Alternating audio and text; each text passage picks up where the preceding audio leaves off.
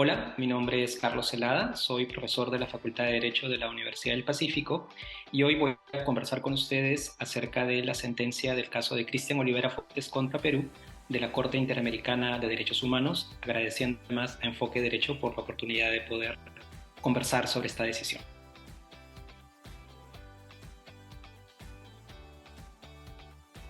En esta importante sentencia, la Corte Interamericana determinó que se habían violado los derechos de Cristian Olivera Fuentes respecto de 5 cuestiones. Por un lado, su libertad personal, su vida privada, garantías judiciales, protección judicial e igualdad ante la ley. Todas estas violaciones relacionadas a la Convención Americana sobre Derechos Humanos. Y a través de ello se pudo determinar que el Estado peruano era internacionalmente responsable por estas violaciones.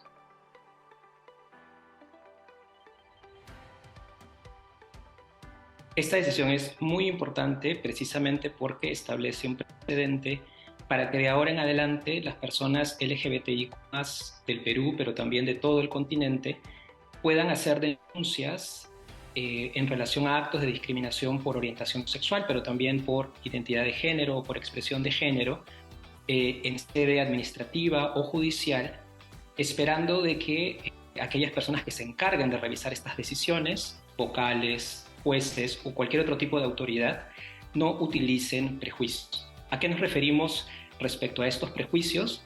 Prejuicios sobre todo vinculados a las personas LGBTIQ+. Por ejemplo, prejuicios respecto a que son personas enfermas, que son personas mentirosas, complicadas, problemáticas. Todos estos fueron justamente prejuicios que fueron utilizados en el caso de Cristian Olivera Fuentes cuando su denuncia fue originalmente presentada ante Indecopi y luego cuando pasó al Poder Judicial. Algo que también es muy importante que la Corte establece en este caso es que se establece una prohibición respecto al uso por parte de material probatorio, por ejemplo, en este caso respecto a las empresas cuando se defienden, respecto de material probatorio que patologice a las personas LGBTIQ+, o que también utilice estos prejuicios justamente para obtener un resultado a su favor.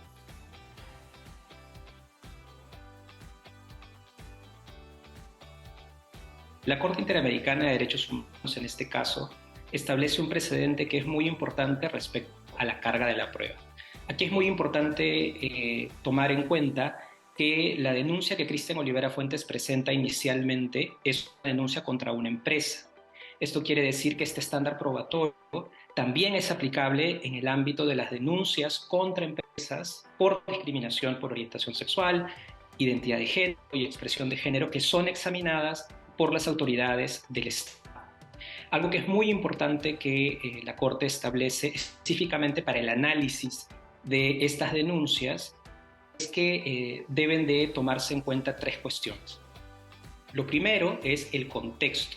La Corte Interamericana afirma que las personas LGBTIQ+, tanto en el Perú como a lo largo de las Américas, viven en una situación de discriminación histórica y estructural que hace que justamente sean muy vulnerables cuando presentan denuncias. De hecho, se presentan muy pocas denuncias y las pocas veces que estas denuncias se presentan, los juzgadores o también las empresas que son denunciadas, como ocurrió en el caso de Cristian, utilizan prejuicios justamente para obtener resultados a su favor.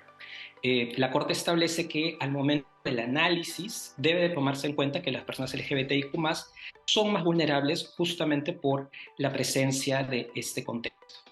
En segundo lugar, la Corte establece respecto a la carga probatoria que lo que tienen que probar, en este caso las personas LGBTIQ+ que denuncian, es que ha ocurrido un trato diferenciado. Esto es muy importante porque la manera de traducir esto de una manera sencilla es que el trato diferenciado implica que, por un lado, las personas LGBTIQ+ solamente deben de acreditar aquello que están en la capacidad de probar. Esto es muy importante, especialmente porque las personas LGBTIQ+, y en realidad cualquier persona que se enfrente a un acto discriminatorio, no tiene un celular, una cámara que permita grabar el momento específico de la vulneración, y más bien son, como en este caso, las empresas las que están en una mejor posición de tener medios que permitan de alguna manera reportar el momento exacto de lo que ocurrió o cómo ocurrieron las cosas. Entonces, es muy importante esto, ¿no? Y por otro lado, al mismo tiempo, se establece que las personas LGBTIQ más lo que tienen que probar cuando se habla de trato diferenciado es mostrar indicios. ¿A qué nos referimos con indicios? Nos referimos justamente a el propio testimonio, evidencia incidental, obviamente el contexto del que hemos conversado hace unos segundos, y por otro lado también examinar cuál es la reacción de la empresa denunciada en casos como estos. Y finalmente, una tercera cuestión que es muy importante tomar en cuenta es que la Corte establece que una vez que se toma en cuenta este trato diferenciado, esa es la puerta de entrada que debe hacer el consumidor al momento de plantear la denuncia. Realizada, digamos, esta constatación, corresponde que de manera inmediata se invierta la carga de la prueba, para que en este caso la empresa denunciada pueda explicar cuáles han sido las razones que han estado detrás de este trato diferenciado y se activa esto que se conoce como la presunción de discriminación. Si de alguna manera la empresa no logra mostrar que tiene un fin legítimo, que perseguía un fin legítimo para hacer esta diferencia, se presumirá que ese trato diferenciado es en realidad un trato discriminatorio.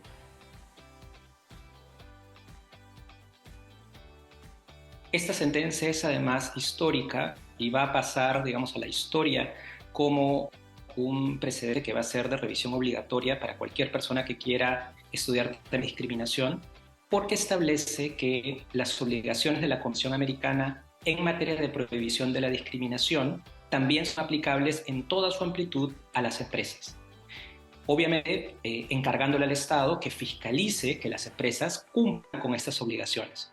Esto es muy importante, especialmente en este momento en donde desde el lado de digamos, la trina y también desde la jurisprudencia se está explorando justamente cuáles son los alcances en la relación entre derechos humanos y las empresas. Particularmente es importante destacar dos cuestiones que la Corte establece respecto a este marco de empresas y derechos humanos. En primer lugar, la Corte establece que las empresas tienen una obligación hacia adentro respecto al cumplimiento de estándares de derechos humanos. Esto quiere decir, por ejemplo, el respeto de estándares de derechos humanos en relación con sus trabajadores y colaboradores. La Corte de manera explícita habla de esta obligación. Pero por otro lado, también habla de una dimensión externa de esta obligación. Cuando hablamos de esta obligación externa, nos estamos refiriendo justamente a la relación que tienen las empresas, por ejemplo, cuando venden bienes y servicios, en este caso con sus consumidores, como lo fue en el caso de Cristian Olivera. De ahí la importancia de esta decisión, porque no solamente se queda, digamos, en el análisis de la dimensión externa, lo que ocurrió específicamente en este caso, ¿no? La relación de la empresa con Cristian, sino también la relación de la empresa con sus trabajadores y colaboradores. Esto va a hacer que en adelante haya un importante desarrollo de cómo justamente va a poder aterrizarse este tipo de obligaciones en el plano doméstico a través de la implementación de políticas por parte de las empresas, pero también de políticas de fiscalización por parte de los estados respecto a estas obligaciones empresariales.